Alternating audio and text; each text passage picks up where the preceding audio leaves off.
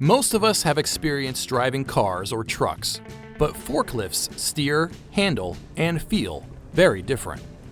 Rear-wheel steering allows the machine to maneuver through compact areas, but can cause the rear end to swing side to side, potentially striking walls, beams, vehicles, or people.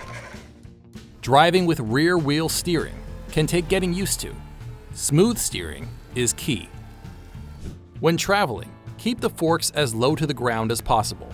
That height might vary with your terrain. When driving on flat, smooth concrete, they might be 2 inches off the ground. And when driving up a bumpy hill, they might need to be 10 inches off the ground.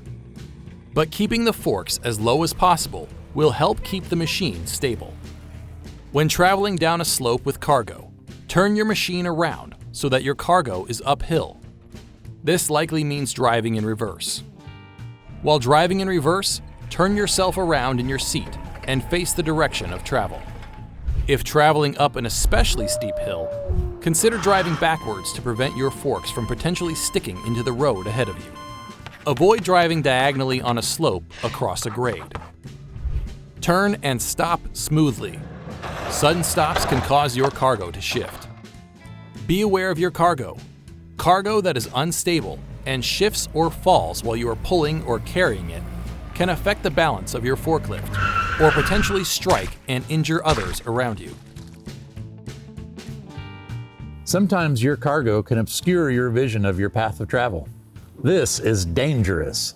The temptation might be to hang your head out the side of your forklift to see around your cargo, but this is not the right solution.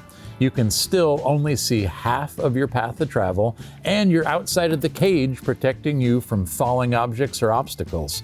And odds are, if you're hanging out the side of your forklift, you're probably not wearing your seatbelt. So what can you do instead? Frequently the answer is to drive in reverse, but as mentioned, this doesn't mean to just glance over your shoulder and go. You need to turn around in your seat and face the direction of travel the entire time you're driving in reverse. Sometimes driving in reverse isn't an option. Maybe you're loading a truck or container, or maybe you need to set your cargo at the end of a long, narrow hallway. If you don't have the option to drive in reverse, think about using a spotter, getting off the forklift and scouting the area you're about to drive through, or just move less cargo at a time and take multiple trips. What you don't want to do is to simply say, well, I can't see, but here I come.